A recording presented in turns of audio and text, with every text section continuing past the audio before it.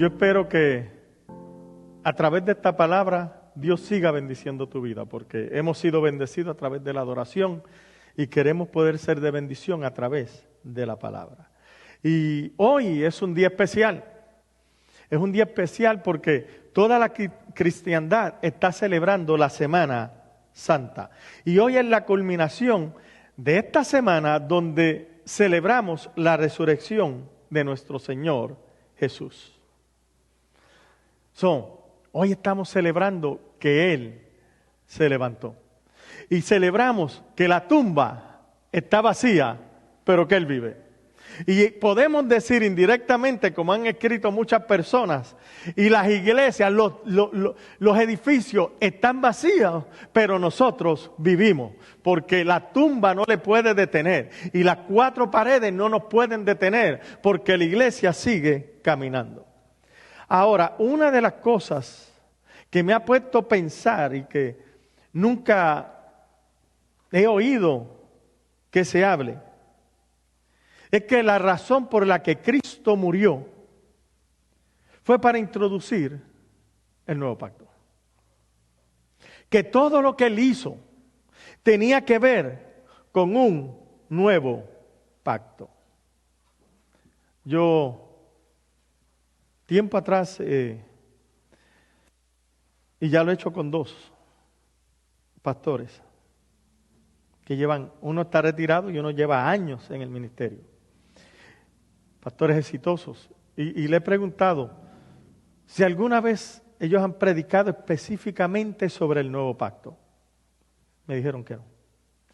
Le pregunté, ¿y en tu ministerio predicaste específicamente y enseñaste sobre el reino de Dios? Y me dijeron que no. Y la razón es porque ambos tópicos no se hablaban en muchos de los entornos pentecostales y especialmente dispensacionalistas. Porque esto era para el futuro. El nuevo pacto era un pacto que se iba a hacer con Israel en el futuro. Y después de ese pacto, donde Él cambiaría sus corazones y los haría que se rindieran y le sirvieran a Él, entonces vendría el milenio o el reino de Dios. Sí, es a través de este nuevo pacto que Israel cambia su corazón para que pueda servirle a Dios durante todo el milenio. La realidad es que yo me acuerdo en mis principios de convertido que no se hablaba del reino de Dios. Acuérdense, era para el futuro. Y cualquier mención del reino de Dios te decían, tú eres de los testigos de Jehová, ten cuidado, porque eran los que predicaban el reino. Y es increíble que la iglesia, que cree en un rapto, que si nos vamos con Él antes de la gran tribulación, hable más del anticristo y de los juicios que vienen que sobre el reino de Dios y el nuevo pacto. Es increíble. Y yo he llegado a pensar que es porque esto del reino de Dios y el nuevo pacto no vende mucho. Pero el anticristo y los juicios, eso vende bastante. Y de hecho, no solamente vende bastante, en una película de acción pueden motivar a la gente. El reino de Dios, como que no motiva mucho, ¿no? Pero, si esto es cierto, que realmente, y especialmente en un día de hoy de resurrección, yo personalmente no he ido hablando a nadie sobre el nuevo pacto. Tengo que hacer otra pregunta a cada uno de ustedes que me está oyendo. Porque la Biblia dice que usted y yo somos ministros de Dios, ¿sí? Tenemos que quitarnos la mentalidad que los ministros son los pastores, son aquellos que Dios ha puesto al frente en la obra. La Biblia dice que todos somos ministros de Dios. Usted es tan ministro como yo. La única diferencia es que Dios me llamó, yo soy parte del ministerio quíntuple, donde ha constituido apóstoles, profetas, evangelistas, pastores y maestros. Yo soy parte de ese ministerio, pero como ministro de Dios, yo soy tan ministro de Dios como lo es usted. La pregunta que tenemos que hacernos es ¿qué tipo de ministros somos? ¿Qué tipo de predicadores somos? Porque la iglesia debe estar clara en qué clase de ministro somos y de qué sacerdocio somos parte. ¿Y por qué entro en esto? Porque antes de seguir, quiero que tú entiendas que la palabra ministrar viene, o ministro, viene de una raíz que significa servicio. Y en estos momentos donde hay tanta inseguridad, hace falta ministro. En otras palabras, hace falta servidores. ¿De qué? Del evangelio del reino. ¿Por qué del evangelio del reino? Porque el evangelio son las buenas nuevas del reino de Dios que ha llegado. Quiere decir que usted y yo somos ministros que podemos servir a este mundo dándole unas buenas nuevas. Mientras que el mundo está hablando de todo lo malo que está pasando, nosotros podemos hablar de todo lo bueno que Dios ha hecho y seguir haciendo. Somos ministros y usted y yo somos los portadores de esas buenas nuevas. Pero a todo aquel que me está viendo por el internet, yo le reto que le haga esta pregunta a la gente de la iglesia y a los pastores. ¿Qué tipo de ministro es usted? Y sabe, la gente lo primero que le va a contestar es, bueno, depende, ¿en qué contexto me lo pregunta? Porque somos ministros, algunos somos pentecostales, otros bautistas, otros metodistas, otros ordenados, otros retirados, otros desordenados. Eso es estar equivocado. ¿Qué tipo de ministros somos? La segunda pregunta que me gustaría que le hagas a las personas, quizás te la puedan contestar más fácil. ¿Qué tipo de sacerdocio somos parte? Y quizás te contesten del sacerdocio de Melquisedec. Porque según Hebreos, somos del sacerdocio de Melquisedec que representa a Cristo. Porque ahora Cristo es un sacerdote en el cielo y nosotros somos parte de ese sacerdocio. Porque el sacerdocio del Antiguo Testamento dejó de existir. Ahora, eso nadie tiene problema en creerlo, aunque mucha gente no se ve como sacerdotes. De hecho, voy a decir una frase que yo digo constantemente en mi congregación y que usted tiene que entender. La Biblia, la gente, muchas veces habla más de lo que ellos creen que dice en la Biblia, pero no dicen, que de lo que dice en la Biblia, pero muchas veces ellos no creen. Somos sacerdotes, pero la realidad es que nadie se ve como sacerdote. Pregunta, ¿te ves como un sacerdote de Dios? Sí, es hora de que cambie nuestra mentalidad. Aunque nadie tiene problema en creerlo, realmente tampoco hablamos del sacerdocio de los creyentes. De hecho, si usted le pregunta a muchos que creen en la teología dispensacional, ¿y podrá funcionar ese sacerdocio levítico en Israel otra vez? Te podrán quizás contestar, bueno, cuando la iglesia sea quitada en el rapto y Dios vuelva a tratar con Israel, otra vez los sacerdotes van a funcionar en el templo que se va a reconstruir en Jerusalén.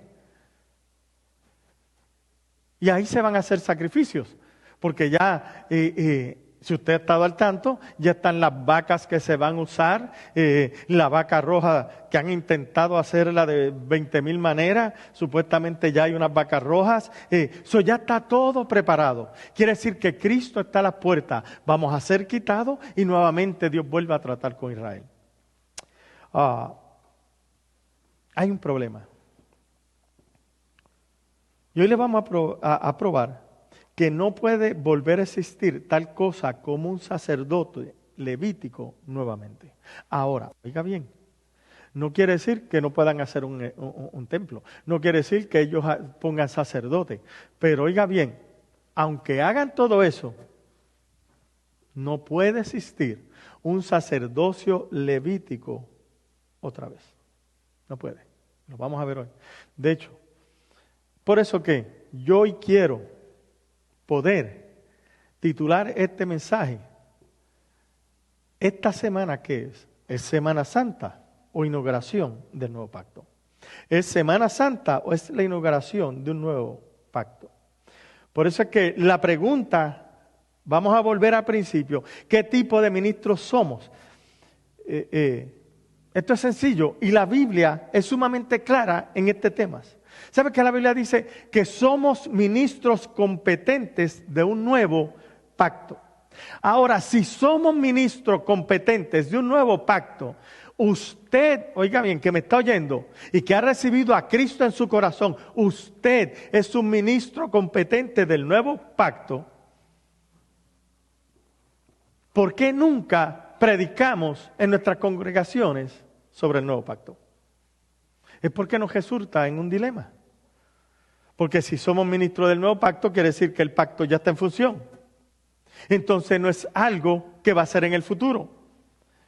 Cuando se me enseñó que ese nuevo pacto era con Israel en el futuro, que lo iba a establecer con la casa de Israel y de Judá. Déjame que tú veas cómo lo explican los dispensacionalistas. Por ejemplo, Dwight Pentecost en su libro Eventos del Porvenir dice que aunque el nuevo pacto se hará en el futuro con Israel, antes del milenio, ahí en el milenio, ¿no? La iglesia está disfrutando de los beneficios adelantados de ella. Y eso es una tremenda explicación, wow, tremenda. Nada más tiene un problemita, uno solo. La Biblia no dice eso. Lo que la Biblia dice es algo totalmente diferente. Y vamos a ver lo que la Biblia dice hoy. Y hoy vamos a leer Biblia. Así que usted tome un papel y anote estos versículos para que los pueda estudiar y repasar, porque es importante. Lo primero que tenemos que entender es que ministerio, sacerdocio, nuevo pacto y reino van juntos. No los puedes separar. No puedes. De hecho, vamos a comenzar con Hebreos 7:12. Y hoy vamos a la manera que a mí me gusta predicar o enseñar es Biblia. Y siempre Biblia interpreta Biblia. Hebreos 7:12 dice, comenzando ahí hasta el 28.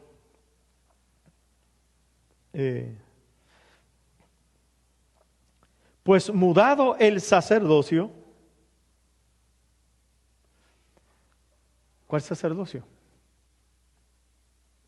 El sacerdocio arónico y levítico fueron mudados, fueron quitados. Es necesario también que se haga mudanza de la ley. Otra palabra, si el sacerdocio levítico dejó de ser, tenemos que quitar la ley que ellos usaban. Y la ley que ellos usaban está en el Pentateuco, establecida por Dios. Eso quiere decir, y es el antiguo pacto. Eso es necesario entonces que se quite el nuevo pacto. Nadie tiene problema con eso. Porque aquel de quien se dicen estas cosas de otra tribu es, de la cual nadie atendió el altar. Porque es manifiesto que nuestro Señor nació de Judá, de cuya tribu nada habló Moisés tocante al sacerdocio. Y aún es mucho más manifiesto. Si a semejanza de Melquisedec se levanta un sacerdote diferente. Está diciendo, y tiene que entender esto, está hablando de Cristo o de Jesús en su carne. Y dice, Jesús cuando nació no era de la tribu de Leví, de hecho era de otra tribu, de la de Judá, que nadie ministró como sacerdote. Oiga bien, ni ministró ni podía. Por el antiguo pacto, Cristo no podía ser sacerdote. Y yo sé, porque la gente tiene a veces, sí, pero era rabino. Rabino es diferente a sacerdote. Un rabino era un maestro. El sacerdote estaba instituido por Dios para ofrecer sacrificios a través del pueblo y que fueran aceptos a Dios.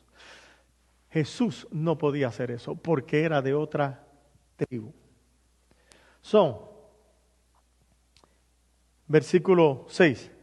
El cual, el sacerdocio de Cristo, no es hecho conforme a la ley del mandamiento carnal, sino el poder de una vida que no tiene fin. El sacerdocio de Cristo no viene por el antiguo pacto, sino por el poder de una vida. Y no solamente una vida que no tiene fin por el poder de Dios. Porque Él testifica. Tú eres sacerdote para siempre, según el orden de Melquisedec. Pregunta, ¿hasta cuándo Cristo va a ser sacerdote? Para siempre. Porque ciertamente, versículo 18, el mandamiento precedente es abrogado por su debilidad e ineficacia. Porque la ley nada perfeccionó, mas lo hizo la introducción de mejor esperanza, por la cual nos acercamos a Dios. Eso es interesante porque ahí te está diciendo que la ley nada perfeccionó. En otras palabras, la ley no te podía perfeccionar a ti ni a mí. Es por eso que dice que era débil y era ineficaz. Y tanto más, versículo 20, en cuanto no sin juramento fue hecho él sacerdote. Porque los otros ciertamente sin juramento fueron hechos sacerdotes. Pero con juramento por aquel que le dijo, juró el Señor y no se arrepentirá. Tú eres sacerdote para siempre según el orden de Melquisedec. Y hemos dicho que cuando algo se repite de esta manera enfáticamente es porque el escritor quiere hacer énfasis en esto. Y el énfasis es que Él es sacerdote para siempre. Y el sacerdocio de Él no vino como el sacerdocio levítico, que los escogieron. Pasan al frente de los que están con nosotros, que ya ustedes los escogen. Pero a Él fue escogido desde antes de la fundación del mundo y con juramento. Porque cuando Dios jura, por eso Él no se arrepiente. Él dice, o Él testifica, que Cristo es sacerdote para siempre. Versículo 18. Versículo 22. Por tanto, Jesús es hecho fiador de un mejor testamento, de un mejor pacto. Y los otros ciertamente fueron muchos sacerdotes, ya que por causa de la muerte no podían permanecer. Mas por cuanto permanece para siempre, tiene un sacerdocio inmutable. ¿Quién permanece para siempre? Cristo. ¿Quién tiene un sacerdocio inmutable? Cristo, que es un sacerdocio inmutable, que no se puede mover, que es inalterable, que permanece. Por lo cual, porque eso permanece y porque Él permanece, puede salvar perpetuamente a los que por Él se acercan a Dios, viviendo siempre para interceder por ellos. ¿Por qué puede Dios salvar perpetuamente? Esto es una pregunta que nos tenemos que hacer. Número 1. Porque Él fue el sacrificio perfecto. Si Él no podía ser sacerdote bajo el orden de Aarón o de Leví, porque Él no vino para ser sacerdote de un antiguo pacto, Él vino para hacer un sacrificio que era requerido por el antiguo pacto, para que una vez aceptado el sacrificio, Él ser el mediador de un mejor pacto. Número 1, por su sacrificio perfecto nos puede salvar perpetuamente. Y número 2, porque como sacerdote inmutable, que permanece para siempre, siempre hará intercesión por nosotros. Todo el mundo está de acuerdo que tenemos un abogado. Todo el mundo cree que ese abogado es Cristo. Claro que lo creemos. Y que está allá arriba y es nuestro defensor. Y por eso es que cuando pecamos, ¿quién nos defiende ante el Padre? Cristo.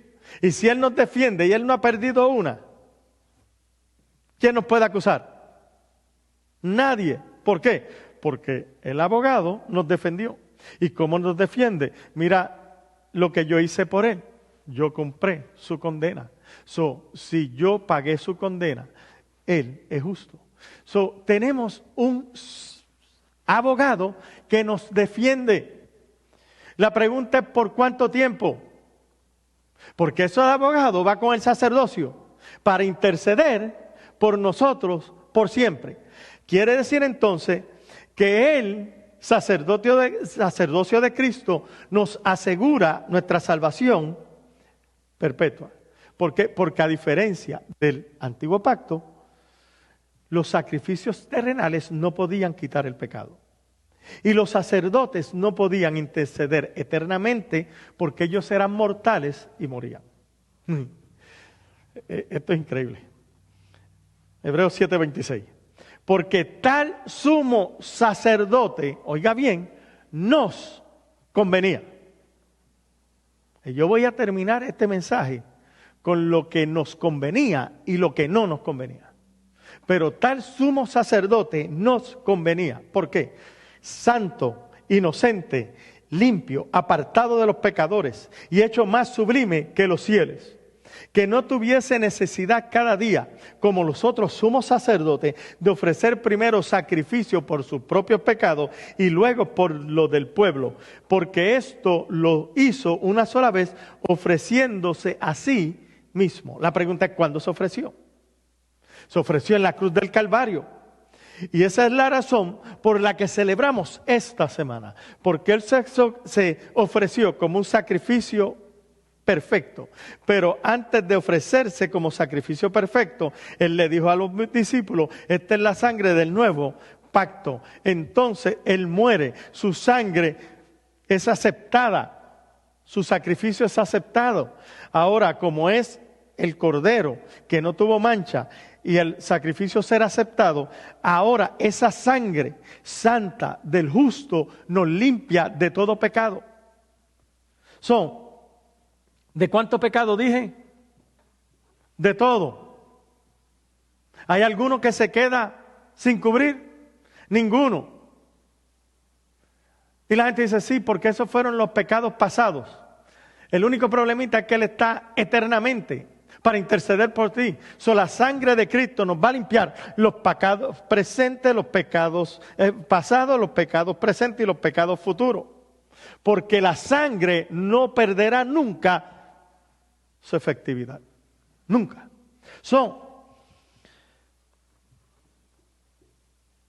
Celebramos esta Semana Santa porque entonces tuvo que ver no solamente con nuestra salvación, sino con el establecimiento de un nuevo pacto basado en mejores promesas. Y también tuvo que ver con el establecimiento de un nuevo sacerdocio, donde Cristo ahora es el sumo sacerdote y nosotros somos sacerdotes bajo su sacerdocio. Por eso es que termina ahí el versículo 28. Porque la ley constituye sumos sacerdotes a hombres débiles, mas la palabra del juramento posterior a la ley constituye al Hijo, quien es perfecto para siempre.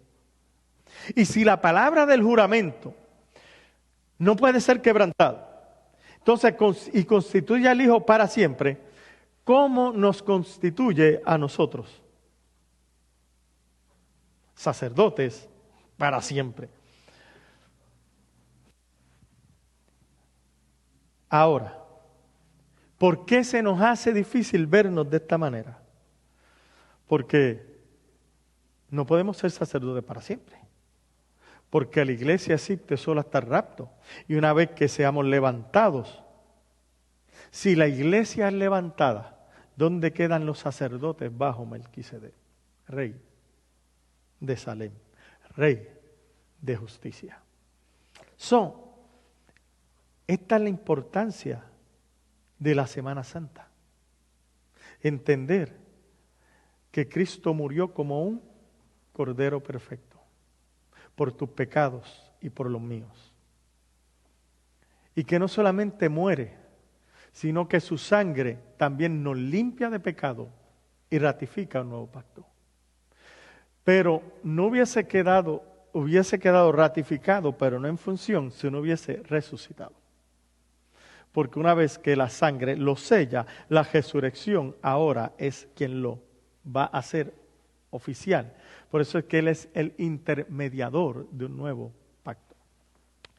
Su resurrección garantiza entonces nuestra vida para comenzar. Porque con la muerte nosotros morimos con Él, pero con su resurrección, Pablo dice, nosotros resucitamos con Él. A resucitar con Él, ahora se nos ha hecho también sacerdotes de un nuevo pacto, porque cuando Él resucitó, fue sumo sacerdote, y cuando usted y yo resucitamos, fuimos constituidos sacerdotes bajo Él. ¿Por qué es importante para nosotros este nuevo pacto? Vamos a dejar que sea la palabra la que nos guíe y nos enseñe. Hebreos 10, versículo 1. Vamos a buscarlo aquí un minutito. Hebreos 10.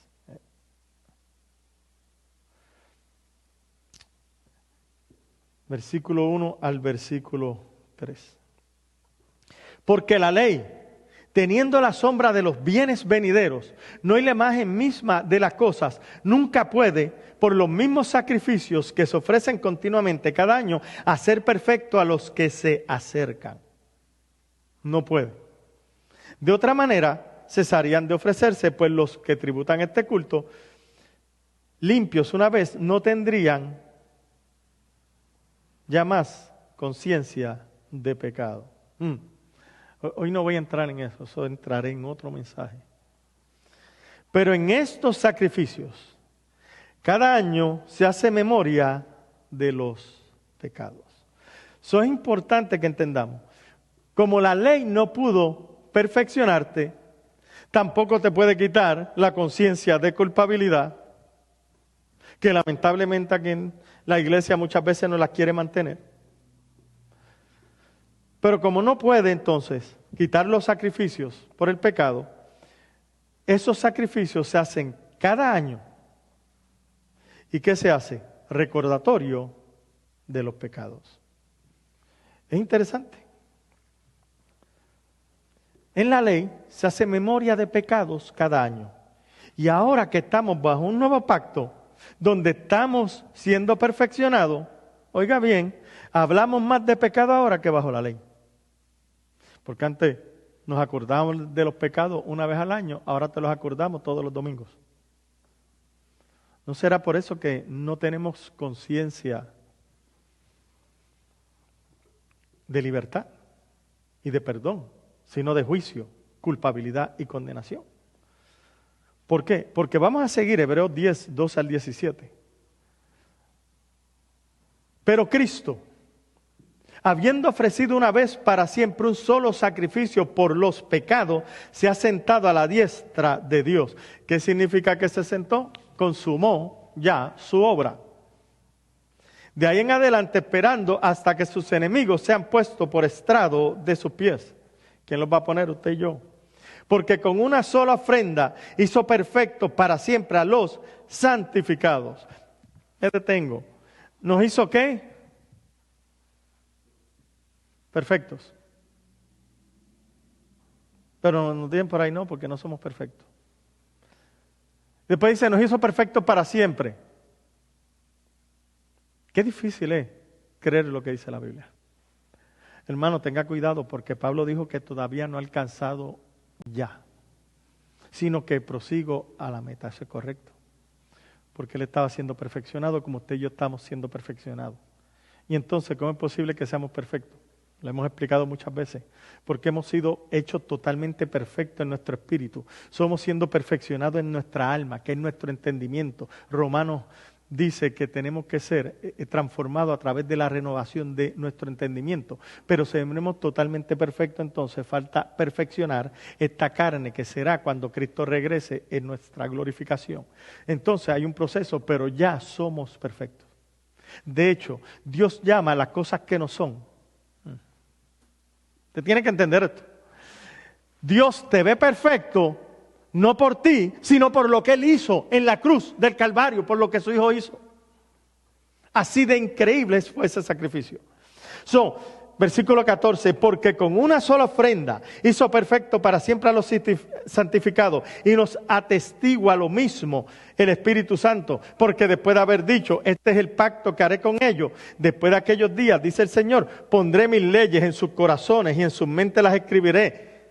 Y añade, y nunca más me acordaré de sus pecados y de sus transgresiones. Eso así de importante es lo que celebramos en esta Semana Santa, que la muerte de Cristo fue un sacrificio por el pecado, para quitarlo de nosotros, que fue con derramamiento de sangre, que sella el nuevo pacto, no con cualquier sangre, no con la sangre de machos cabríos, sino con la sangre preciosa del Cordero, inmaculado del Cordero, Hijo de Dios. Ahora necesitamos entender esto. Porque aquí está explicado el nuevo pacto y usted y yo somos ministros de un nuevo pacto.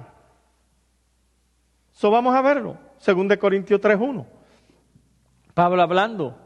Dice, comenzamos otra vez a recomendarnos a nosotros mismos. O tenemos necesidad, como algunos, de cartas de recomendación para vosotros. O de recomendación de vosotros. Nuestra carta sois vosotros, escritas en nuestros corazones, conocidas y leídas por todos los hombres, siendo manifiesto que sois carta de Cristo, expedida por nosotros, escrita no con tinta, sino con el Espíritu del Dios vivo, no en tablas de piedra, sino en tablas de carne del corazón. Si Pablo ahora está estableciendo el contraste de la ley y el nuevo pacto, las tablas de piedra del antiguo pacto y las tablas de carne del nuevo pacto.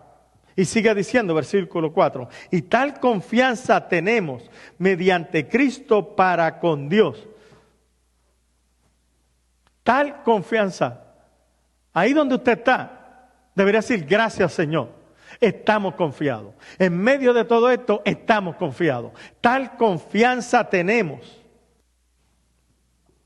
mediante Cristo para con Dios. No que seamos competentes por nosotros mismos, para pensar algo como de nosotros mismos. Usted en sí mismo y yo no somos competentes. Voy a decirle más, en nuestra capacidad para las cosas de Dios no servimos. Pero mira cómo dice, sino que nuestra competencia, nuestra aptitud, nuestra capacidad, nuestro talento, nuestro don, nuestro llamado, todo proviene de Dios. Y como proviene de Dios, mira lo que hizo, versículo 6, el cual asimismo nos hizo. Fue Él el que nos hizo. No nos hicimos a nosotros mismos. No nos llamamos a nosotros mismos. Fue Él el que lo hizo. Él nos llamó con un ministerio santo. La pregunta es, ¿a quiénes llamó? ¿A los pastores? ¿A los profetas? A todos. A todos nos llamó. Por lo tanto, el cual asimismo nos hizo a todos ministros competentes de un nuevo pacto. No de la letra, sino del Espíritu. Porque la letra mata, mas el Espíritu vivifica. Gloria a Dios. La letra mata, mas el Espíritu vivifica. Y usted y yo estamos vivos por ese Espíritu que Él ha puesto en nosotros. Aquí es donde viene un problema, porque este es uno de los versículos peores entendidos y peormente explicados. Porque a mí me enseñaron que la letra mata. Por eso es que hay tanto cristiano frío y tanto cristiano muerto, porque se fueron a estudiar al seminario teológico, seminario teológico. Porque lo que había que hacer es ir al Espíritu Santo y hay que andar en fuego. ¿Por qué? Porque el Espíritu Santo vivifica y hay que andar en el poder, en la unción y en los dones, porque el Espíritu vivifica. Y mucho estudia lo que hace es que mate ese Espíritu con calma. Claro que tenemos que andar en la unción del Espíritu Santo. Tenemos que hacerlo, porque el Espíritu Santo es la unción. Porque el ungido vive en nosotros. Claro que sí. ¿Cuál es el problema? Pues mucha gente decía, no, porque eso de la letra mata el Espíritu de Dios en nosotros. La letra mata, pero no al Espíritu. Cuando dice la letra mata, está hablando de la ley. Porque la ley mata. Pero el nuevo pacto, el Espíritu vivifica. Esto es importante que lo podamos entender. Porque han sido tantas malas enseñanzas cuando yo era joven y cuando era niño. ¿Sabe cuántas personas le dijeron, no vayas a estudiar? Eso de estudiar pone a la gente hasta ateo. ¿Para qué vas a estudiar si ya Cristo está a las puertas? ¿Sabe cuántas personas no fueron a estudiar porque Cristo estaba a las puertas? O porque la letra mata. Son totalmente erróneos. Cuando Pablo dice, está haciendo un contraste entre el antiguo pacto y el nuevo pacto. Por eso sigue diciendo, versículo 7, y si el ministerio de muerte grabado con letras en piedra fue con gloria, ¿cómo le llama al antiguo pacto? De hecho, voy a ir más allá, ¿cómo le llama a los 10 mandamientos? Porque dice ahí, el ministerio de muerte grabado con letras de piedra, le llama el ministerio de muerte. Por eso es que la letra mata. Él mismo lo explica, contexto. Si eso que nos condenaba fue con gloria, tanto que los hijos de Israel no pudieron fijar la vista en el rostro de Moisés a causa de la gloria de su rostro, lo cual había perecer, ¿cómo no será más bien con gloria el ministerio del Espíritu? Porque si el ministerio de condenación fue con gloria, mucho más abundará en gloria el ministerio de la justificación. Ahora hay un contraste y dice, aquello fue glorioso, sí, porque aquello en el Sinaí, Dios se manifestó y la gente vieron los truenos y la gente vieron los relámpagos y la gente vio la voz que sonaba como trueno, la gente vieron los milagros, la gente vieron a Moisés golpear la roca y salir agua y lamentablemente también no entrar a la tierra prometida. La gente vio mucho bajo el antiguo pacto, quiere decir que fue con gloria, mas sin embargo eso con gloria igual te condenaba. Porque era el ministerio de condenación. Si eso fue con gloria, dice ahí, con mucho más gloria es el ministerio del nuevo pacto. Mira cómo dice, versículo 8, ¿cómo no será más bien con gloria el ministerio del Espíritu? Porque en el nuevo pacto es donde el Espíritu está ministrando libremente. Y no tengo tiempo. Otro día vamos a entrar en eso. ¿Por qué es que el Espíritu ministra en el nuevo pacto? Pero quiere decir entonces que con más gloria es el ministerio de justificación, el cual usted y yo somos parte. Eso quiere decir entonces que tenemos que entender esta cosa, porque somos ministros de la justificación, no de condenación. Y hay pastores que condenan más que justifican. Y después dicen, es que yo no soy el que justifico, es Dios. Pero tampoco es el que condena, porque el que condena es Dios. Ahora que quiero comenzar a atar esto ahí. De hecho, esto era tan importante, la institución del nuevo pacto, que cuando Cristo se reúne ahora con sus discípulos en la última cena, esa cena iba a cambiar de ser la cena pascual, de la Pascua, a la cena del Señor. Y Cristo tenía una urgencia, un deseo increíble de tomar esta cena con ellos. Vamos a ver, Lucas 22, 14 y 15 dice, cuando era la hora, se sentó a la mesa y con él los apóstoles y les dijo, ¿cómo he deseado comer con vosotros esta Pascua antes que padezca? ¿Cómo he deseado? Había un deseo en él. Pregunto, ¿usted cree que había el mismo deseo de él comer con los discípulos que los discípulos de comer con él? No. El deseo, la urgencia, la ansiedad, la intensidad, todo era de parte de Jesús. Ahora, tenía un deseo inmenso de comer la cena con ellos. ¿Por qué? Si miramos superficialmente el texto, podemos argumentar, Cristo quería tomarla y estaba dolido y estaba así con ese deseo porque después de eso iba a morir. Y usted sabe que cuando alguien va a morir, se le da un último deseo. Y en el último deseo, antes de morir, Cristo quería estar al lado de su familia, de sus discípulos, porque Cristo ama a la gente. Pero oiga bien, Cristo era cierto que iba a morir. Después de eso, iba a ser apresado. El problema es que en 3 días iba a resucitar. En otras palabras, Él los iba a volver a ver en menos de una semana. Si yo sé que me voy a morir y voy a resucitar en 3 días, quizás ni me despido de nadie, ni de mis papás. Al cabo, que ni se enteren. Yo me muero, resucito y después digo, me morí, resucité, yo estoy aquí. Para que no pasen por el dolor, son solamente 3 días. Pero Él deseaba la cena, no porque Él iba a morir, sino porque estaba a punto de ocurrir algo muy importante que cambiaría la vida y el destino de la humanidad.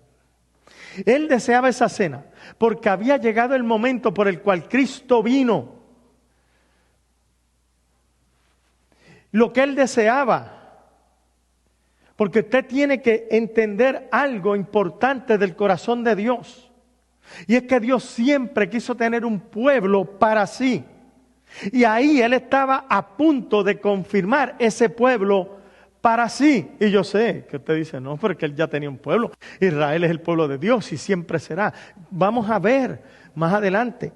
Porque Dios siempre ha querido tener un pueblo para sí. Y mientras Él estaba embargado por la emoción, porque estaba a punto de entrar en el evento profético más grande para la humanidad, para lo que Él vino, para los discípulos, era un día de Pascua más. Y ellos no estaban al tanto de la importancia profética que habían en ese día. Y mi temor es que todavía la iglesia no entiende la importancia profética que había en ese día y lo sigue ignorando. Ahí está el clímax del asunto. Como él dice, ¿cómo he deseado tomar esta cena con ustedes? ¿Por qué? Porque había llegado el momento profetizado. Cristo iba a confirmar el nuevo pacto. Estaba profetizado. Y de hecho, te lo voy a enseñar en un versículo que a la mayoría de ustedes le va a chocar. Pero si ves los estudios de los miércoles, ya pronto vamos a tocar todo este pasaje de Daniel 9. Pero Daniel 9:27 dice, y por otra semana confirmaré el pacto con muchos, y a la mitad de la semana hará cesar el sacrificio y la ofrenda.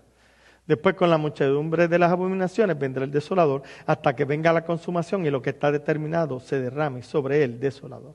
Oiga bien, Daniel 9:27, usted nunca lo va a ver porque siempre le dijeron que el anticristo va a hacer un pacto con Israel, a los 3 años y medio lo va a quitar, los va a traicionar, no va a permitir que sacrifiquen más y empieza la gran tribulación. Pero déjame decirte que yo quiero que tú entiendas algo. Otra vez Daniel 9:27, de hecho porque esa semana nos las ponen todavía no ha empezado, esta semana ya pasó, la semana 70, oiga bien, no hay pausa, ya pasó. ¿Qué pasó en la semana 70, la última semana? Una semana de año tiene 7 años, 3 años y medio y 3 años y medio. Dice, y por otra semana, 7 años, confirmará el pacto con muchos, y a la mitad de la semana, 3 años y medio, hará cesar el sacrificio de la ofrenda. ¿Por qué? Porque habla de Cristo y Cristo vino. Y en la última semana Él comienza su ministerio, que duró 3 años y medio. Por 3 años y medio Él le predicó a las ovejas perdidas de Israel, confirmando el pacto. ¿Y por qué lo estaba confirmando? Porque Él era el sacrificio perfecto que vino a morir bajo el antiguo pacto. Pero a la mitad de la semana, 3 años y medio después, dice la Biblia, que Él quita el sacrificio y la ofrenda por el pecado. ¿Por qué? Porque a mitad de semana Cristo muere, y cuando Él muere es el sacrificio perfecto. Ya quita el sacrificio porque no puede haber otro sacrificio por el pecado, porque el sacrificio perfecto ya está hecho. Eso quiere decir entonces que estaba profetizado. Es por eso que en Mateo, seguimos 26 al 28, estando con los discípulos en esa cena, dice, y mientras comían, tomó Jesús el pan, lo bendijo y lo partió. Y dio a sus discípulos y dijo, tomad, comed, esto es mi cuerpo. Y tomando la copa y habiendo dado gracia, les dio diciendo, bebed de ella todos, porque esto es mi sangre del nuevo pacto, que por muchos es derramada para la remisión de pecados. Oiga bien, quiere decir entonces que la crucifixión no solo era el pago perfecto para satisfacer a Dios y que su ira cayera sobre nosotros. No solamente era eso, sino tampoco era solamente una sustitución. Tampoco fue que el Cordero de Dios quita el pecado del mundo. Todo eso es cierto, pero también fue la confirmación de un nuevo pacto. Porque Él iba a confirmar a la larga un nuevo pacto. ¿Cuándo lo confirma? A los 3 años y medio confirma el pacto con muchos. Esta es la sangre del nuevo pacto que por muchos es derramada. Y entonces muere. Y cuando muere, hace cesar el sacrificio y la ofrenda. Es por eso que yo te dije que el sacerdocio levítico no puede volver, porque cuando Cristo muere, todavía están haciendo sacrificios y ofrendas por 40 años. El único problema es que no son aceptos. ¿Sabe por qué? Porque el sacrificio ya estaba hecho. Y si se hace otro templo en Israel y se vuelven a hacer sacrificios, no pueden ser aceptos, porque sería un insulto al sacrificio de Cristo. Y fíjate cómo la iglesia se pone tan contenta y dice, ya están por hacer el templo, ya las vacas están puestas, los utensilios para el sacrificio. La iglesia contenta porque no ha entendido que no puede haber otro sacrificio. Deberíamos estar llorando porque hay todavía un pueblo que está diciendo el sacrificio de Cristo fue una mentira. Por eso es que esta Semana Santa cobra una relevancia increíble, porque Cristo resucitó. ¿Pero para qué? Para hacerse mediador de un nuevo pacto en el cual tú y yo ya recibimos el perdón de pecado por una sola ofrenda. Vamos a verlo. Hebreos 9:15, mira lo que dice, y después vamos a ver Hebreos 12:24. Hebreos 9:15 dice, así que por eso es mediador de un nuevo pacto, para que interviniendo muerte, ¿para qué? Para la remisión de las transgresiones que había bajo el primer pacto. Cristo muere para remisión, para perdón, para indulto, para solución, para una amnistía. ¿De qué? De las transgresiones. La paga que tenía que recibir muerta ya no se me va a aplicar. Ahora dice ahí, ¿para qué? Interviniendo muerte para la remisión de las transgresiones que había bajo el primer pacto, los llamados reciban la promesa de la herencia eterna.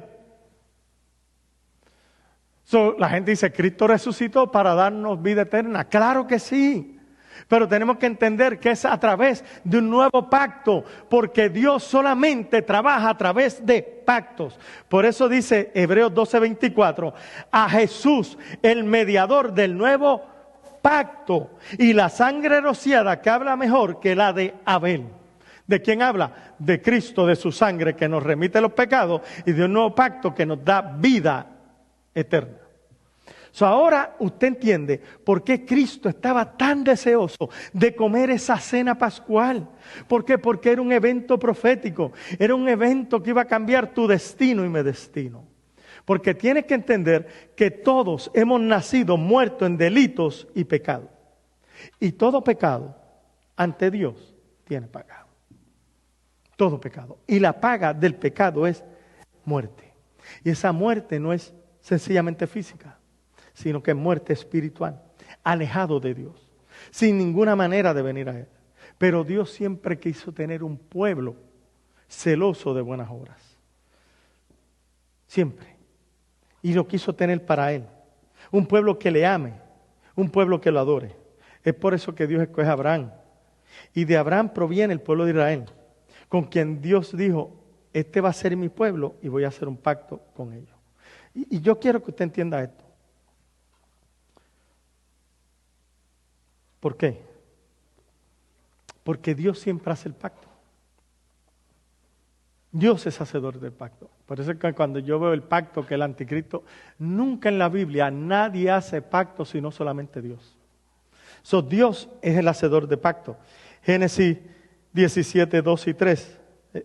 2 al 4 dice, y pondré mi pacto entre ti y te multiplicaré en gran manera. Entonces Abraham se postró sobre su rostro y Dios habló con él diciendo, he aquí mi pacto es contigo y será padre de muchedumbre de gente y no se llamará más tu nombre Abraham, sino que será tu nombre, Abraham, sino que será tu nombre Abraham, porque te he puesto por Padre de mucha gente. Dios es quien siempre hace el pacto. Pero Dios no solamente hace el pacto, Dios es quien revela el pacto. Por eso Salmo 25:14 dice, y la comunión íntima de Jehová es con los que le temen y a ellos le hará conocer su pacto. No solamente Dios hace pacto, revela el pacto, sino es el proveedor para ese pacto. Por eso Ezequiel 36, 26 y 27, ahora hablando del nuevo pacto, porque en el nuevo pacto también Él tiene que proveer todo, aún las condiciones. Dice, os daré un corazón nuevo y pondré espíritu nuevo dentro de vosotros. Quitaré de vosotros el corazón de piedra y os daré un corazón de carne. Y la gente dice, eso se le dijo a Israel. Pregunta, ¿no lo dijo Pablo cuando leímos en Corintios? Tablas de piedra y corazón y tablas de carne. Aquí está, sinónimo de corazón de piedra y corazón de carne. Y pondré dentro de vosotros mi espíritu y haré que andéis en mis estatutos y guardéis mis preceptos y los pongáis por obra. ¿Te acuerdas que yo te dije que a través del nuevo pacto es que viene la manifestación, el don del Espíritu Santo y todo? Porque Él dijo, es que en este nuevo pacto yo voy a poner mi espíritu en ti. Dele gloria a Dios. Ahí donde está. Dele gloria a Dios, porque eso es lo que Dios ha hecho por nosotros. Pero no solamente esto se oye lindo, sino que Dios es quien cumple el pacto siempre. Por eso Génesis 22, 17 y 18 dice, de cierto te bendeciré y te multiplicaré tu descendencia, como las estrellas del cielo y como la arena como la arena que está a la orilla del mar. Tu descendencia se adueñará de las puertas de sus enemigos. En tu simiente serán benditas todas las naciones de la tierra, por cuanto obedeciste en mi voz. ¿Quién cumple el pacto? Dios. Gálatas 3:16 dice, ahora bien, a Abraham, eso que leímos, fueron hechas las promesas y a su simiente. Y todo el mundo dice, sí, a la descendencia, a Israel. Pero Pablo va a decir, no dice a las simientes, como si hablase de mucho, sino como de uno. Y a tu simiente, la cual es Cristo. Dios había establecido un pacto con Abraham. Después establece un pacto con Israel. Pero va a decir, ¿sabe qué? Y voy a establecer un nuevo pacto también con ustedes. Pero en ese nuevo pacto no solamente estaba Israel incluido, estábamos nosotros incluidos. Porque ese es el pacto que vivifica a través del Espíritu de Dios. Tiene que entender esto de pactos, porque Dios, les dije que hizo un pacto con Israel. Vamos a ver el pacto que hizo con Israel. Éxodo 19:5, 19:8 dice, ahora pues, si obedecieres mi voz, y estamos ya concluyendo, y guardareis mi pacto, vosotros seréis mi especial tesoro sobre todos los pueblos. Eso le dijeron a Israel. Porque mía es toda la tierra, y vosotros me seréis un reino de sacerdote y nación santa. Estas son las palabras que dirás a los hijos de Israel. Entonces vino Moisés y llamó a los ancianos del pueblo y propuso en presencia de ellos todas estas palabras que Jehová había mandado. Y todo el pueblo respondió a una y dijeron, todo lo que Jehová ha dicho haremos. Y Moisés refirió las palabras del pueblo a Jehová. Fíjate que el pacto antiguo, la ley, ahora es establecido con Dios, con el pueblo de Israel. Y como es establecido con ellos, ahora ese pacto tiene que ver con ambos. Totalmente diferente al nuevo pacto, que no le pregunta nada al pueblo. Dice, ahora yo soy el cumplidor de ese pacto. Porque el problema del primer pacto, que era deficiente y débil, era que estaba envuelto también que el hombre cumpliera algo. Por eso era un pacto por obras. ¿Cómo se sella el pacto? Mira, Dios dijo que si obedece su voz, todo esto viene sobre ustedes. Ese es el pacto. ¿Están de acuerdo? Lo haremos, guardaremos toda la ley. El único problema con el antiguo pacto era que contenía bendiciones y maldiciones, y ambas eran desatadas por la obediencia o desobediencia. Y ahí viene Deuteronomio 28:15 y dice, y será, esto es parte del pacto, si no oyeres la voz de Jehová tu Dios, para cuidar de poner por obra todos sus mandamientos y estatutos que yo te intimo hoy, que vendrán sobre ti todas estas maldiciones y te alcanzarán. hay un pacto con Israel. Si obedeces la ley, vas a ser cabecino cola, estarás sobre las naciones, serás sacerdote, serás una nación santa. Pero si no obedeces serás bendecido. Pero si no obedeces la ley, todas estas maldiciones vendrán y te alcanzarán. ¿Con quién lo hizo? Es importante que usted entienda, porque somos ministros de un nuevo pacto y tenemos que entender y explicar esto. Eso es con Israel. ¿Por qué hago énfasis? Porque hay pastores todavía creyendo que hay cristianos que pueden estar en maldición. Y hay cultos para cancelar maldiciones, por favor. Déjame decirlo otra vez, por favor. Las maldiciones están bajo el antiguo pacto. En el nuevo pacto no hay maldición sobre nosotros por una razón, porque Él se hizo maldición. Maldito el que muere en una cruz. Para que usted y yo fuésemos la justicia de Dios en Cristo.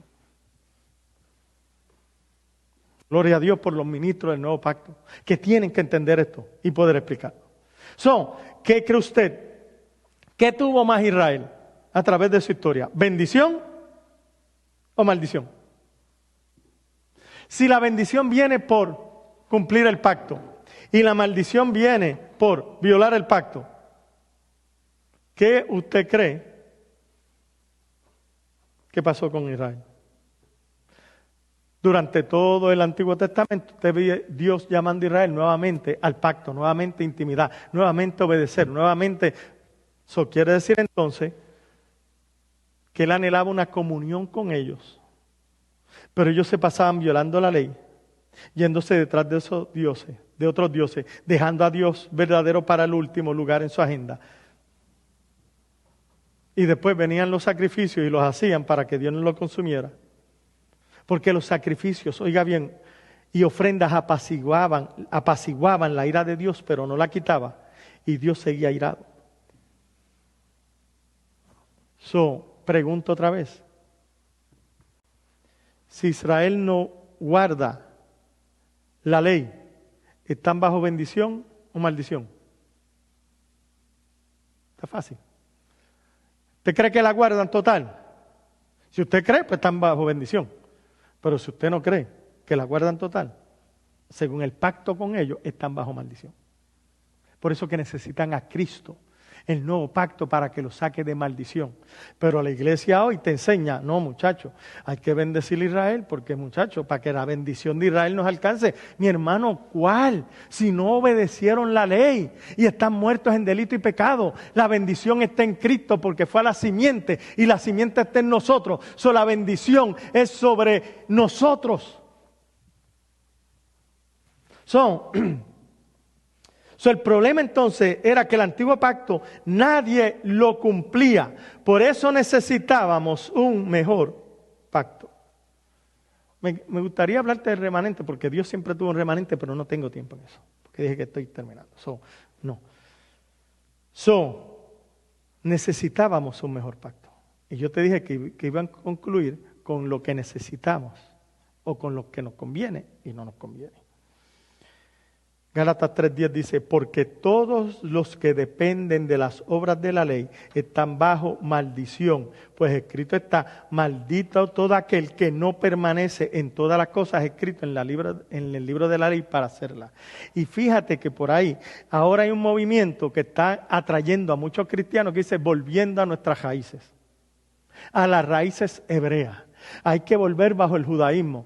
Corazón, si tú quieres volver a las raíces, tú quieres volver a la maldición. Porque bajo el antiguo pacto lo que había era condenación. Por eso Pablo le llama el ministerio de muerte escrito en tablas de piedra. Si tú no quieres estar maldito, no puedes volver a las raíces hebreas. Tienes que volver a la raíz de Isaí. Tienes que volver a la raíz que reverdeció. Tienes que volver a Cristo. Él es nuestra raíz. Él es nuestro principio. Nuestro principio no está en el Antiguo Testamento. Nuestro principio está en el Nuevo Testamento. ¿Cómo es mi principio? Porque he nacido de nuevo. Yo no puedo ir ahora al principio a decir, he vuelto al judaísmo, qué bueno que volví a la ley, porque estoy bajo maldición. No, cuando yo quiero volver a mi principio, tengo que pensar en un nuevo nacimiento. porque maldito todo aquel que no permanece en todas las cosas escritas en el libro de la ley. Ahora usted entiende por qué Cristo estaba emocionado cuando llega la cena pascual. Él sabía que esa noche haría un pacto que garantizaría un pueblo para Él, un pueblo para Dios, un reino de sacerdotes para Dios, porque Israel no pudo serlo. Un pacto que nos iba a redimir de la muerte y que nos iba a librar de maldición y de condenación, porque ninguna condenación hay para los que están en Cristo Jesús. ¿Por qué? Porque Él es el mediador de un nuevo pacto. Y mientras Él está contento con el pacto, porque Cristo está contento, tiene ganas de estar con ellos, tiene ganas de tomar esa cena. ¿Por qué? Porque va a confirmar el pacto con los discípulos. Ellos ni enterados están, porque la religión tiene algo. Y es que todos los religiosos a la larga creen que están bien, pero los que no saben que están bien muertos, que están bien condenados, que están bien malditos. Pero Cristo vino no para cambiarte de religión, sino para darte vida y vida en abundancia. Eso era lo que estaba a juego en esa cena pascual y ellos todavía no estaban ahí. Pero en ese glorioso día, en esa cena pascual, que Él dice, esta es la sangre del nuevo pacto. Gloria a Dios por ese día, porque Él estaba pensando en ti y en mí, en sus ministros de un nuevo pacto, en un nuevo sacerdocio que se iba a formar por causa del nuevo pacto, en las vidas que iban a ser salvas por el nuevo pacto, en el Espíritu que iba a fluir en nosotros por causa del nuevo pacto. Y usted dirá, ¿es que no fue por el nuevo pacto? Porque así me han dicho, eso es por Cristo. Usted tiene razón, fue por causa de Cristo, porque Él me dio un nuevo pacto. Acuérdese, Dios no trabaja con nadie fuera de un pacto. Por eso es que quiero concluir con esto. Necesitábamos un mejor pacto, un pacto totalmente diferente, no un pacto de la letra, porque la letra mata, sino un pacto del Espíritu, porque el Espíritu vivifica. No un pacto que tuviera defectos, porque los hombres no lo podían guardar, sino un pacto que fuese perfecto, porque fue Cristo que lo pudo ratificar y lo pudo guardar. No un pacto que nos condenara a muerte, sino un pacto que nos justificara. No un pacto que fuese pasajero, sino un pacto que fuese eterno. No un pacto que fuese mediado por Moisés, sino un pacto que fuese mediado por Cristo. No un pacto que despertara en mí la ley del pecado, sino un pacto que despertara en mí la ley del Espíritu y de vida. No necesitábamos un pacto que provocaba mis pasiones carnales a pecar, sino un pacto que me provoque a tener intimidad con Dios. Yo no necesitaba un pacto que me mantenga bajo el yugo del pecado, sino un pacto que me libre del pecado. No un pacto que me mantenga en esclavitud, sino un pacto que me mantenga en libertad. No un pacto con buenas promesas a través de mi obediencia, sino un pacto con mejores promesas por causa de la obediencia de Cristo. No un pacto que me trajera maldición como la ley, sino un pacto como el nuevo pacto que me redima de toda maldición. No un pacto que sin poder, que no pueda lograr mi destino en Dios, sino un pacto con la promesa que todo lo puede en Cristo, que me fortalece y que he sido predestinado para ser hecho conforme a su imagen. No un pacto que me acuerde del pecado en todo momento, sino un pacto que se olvide de mi pecado y que no me lo traiga a mi memoria. No un pacto que me tiene bajo juicio en todo momento, sino un pacto que me libre del juicio de Dios. No un pacto que fue con gloria pasajera, sino un pacto que fue con gloria permanente. No un pacto bajo el orden de Aarón, sino con el orden de Melquisedec. No un pacto con sacerdotes terrenales que también tenían pecado, sino con un pacto, con un sumo sacerdote limpio, sin pecado, que nos convenía a nosotros. No un pacto que fuere y nos diera muerte, sino un pacto que nos garantizara vida eterna.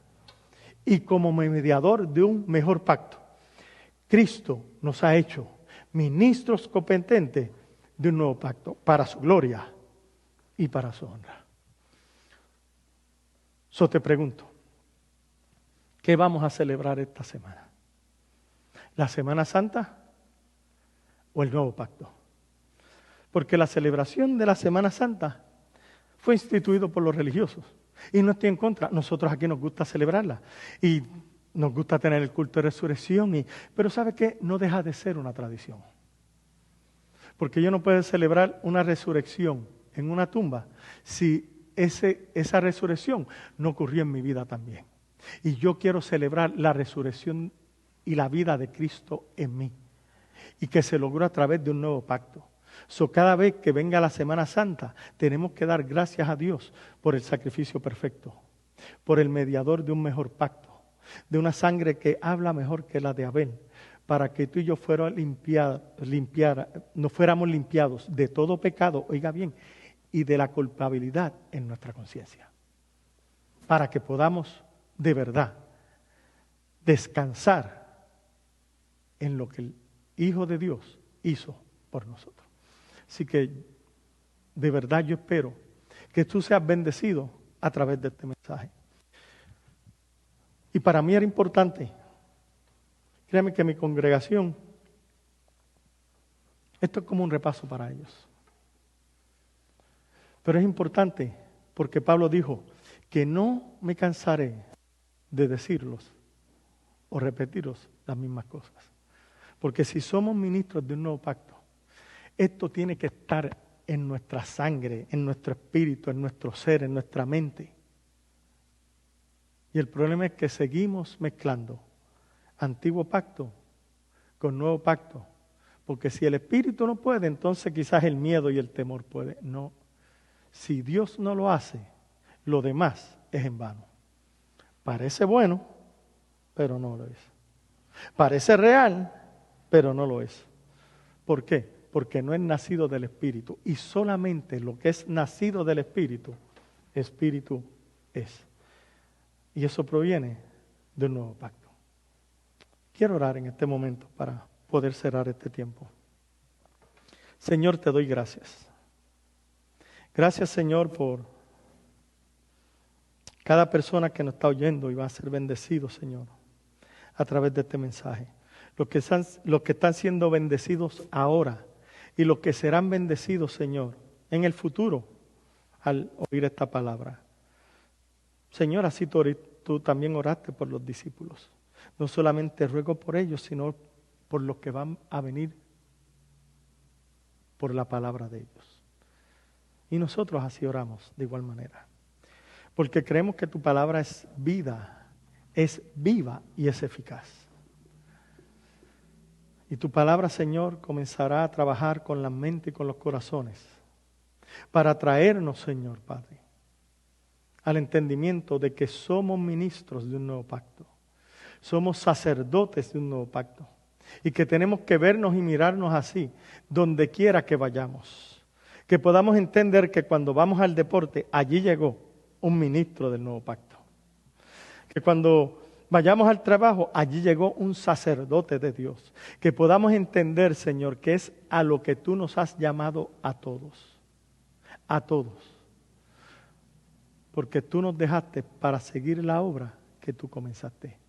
Por eso antes de ir al cielo dijiste que fuéramos a ser discípulos a todas las naciones. Y queremos, Señor, poder serlo. Pero a ser discípulos que entiendan el nuevo pacto y la vida y el espíritu que tú has puesto en ellos por causa de ese pacto. Te bendecimos, Señor. Te damos gloria y te damos honra en el nombre de Jesús. Amén. Una vez más, espero que haya sido bendecido. Quiero saludar a la familia de José Luis Holguín allá en Ciudad de México. Que Dios los siga bendiciendo. Al pastor Adrián también en la Ciudad de México. Que Dios te bendiga. Y a la persona, a la congregación, muchas gracias por el apoyo. Muchas gracias por estar siempre presentes y siempre pendientes. Como yo siempre digo, lo mejor está por venir. Bendecido.